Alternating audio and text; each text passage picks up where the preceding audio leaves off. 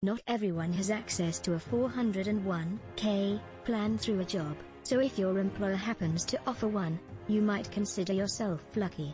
That said, not all 401k's are created equal, and while they do come with much higher annual contribution limits than IRAs, they're not your only retirement savings option. Here are a few reasons to pass up your employer's 401k and find a different home for your money. Many companies that sponsor 401k's also match employee contributions to varying degrees. But if your employer offers no match whatsoever, then it pays to consider housing your savings elsewhere. Keep in mind, however, that many companies have cut back on 401k matches temporarily during the coronavirus pandemic in an effort to slash costs and conserve funds. And if that's the case, you may not want to ditch that plan so quickly.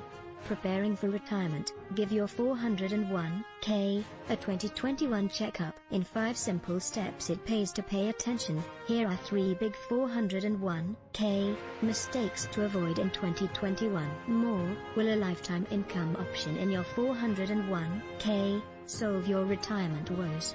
Your best bet in this regard is to talk to someone in your benefits department and get a sense of when that company match may be reinstated. Remember, as coronavirus vaccines are rolled out to the public, the economy as a whole could improve, and that could trickle down to your employer. Therefore, if you once had a match, you may be in line to get it back sooner than you think. It costs money to maintain a 401k plan, but unfortunately, that expense is generally passed on to you, the saver. If your plan's administrative fees total more than 1%, it may be time to find a new place to stash your long-term savings. You don't want needlessly high fees eating away at your returns. Generally speaking, 401k's offer fewer investment choices than IRAs, because in a 401k, you can't put your money into individual stocks like you can in an IRA. Rather, you'll be limited to different mutual funds, actively managed funds that are notorious for high fees, as well as index funds. Some 401k's offer a decent investment mix, but if you're not happy with the choices your plan has to offer, it could make sense to open an IRA, especially if you're a well-informed investor with specific opinions about the stocks you do and don't want. With a 401k plan, you can contribute up to $19,500 this year if you're under 50 and up to $26,000 if you're 50 or older. Not only can that result in major near-term tax savings, but it can also set you up for a very comfortable retirement. IRAs, by contrast, max out this year at $6,000 for workers under 50 and $7,000 for those 50 and over, so those tax benefits are more limited.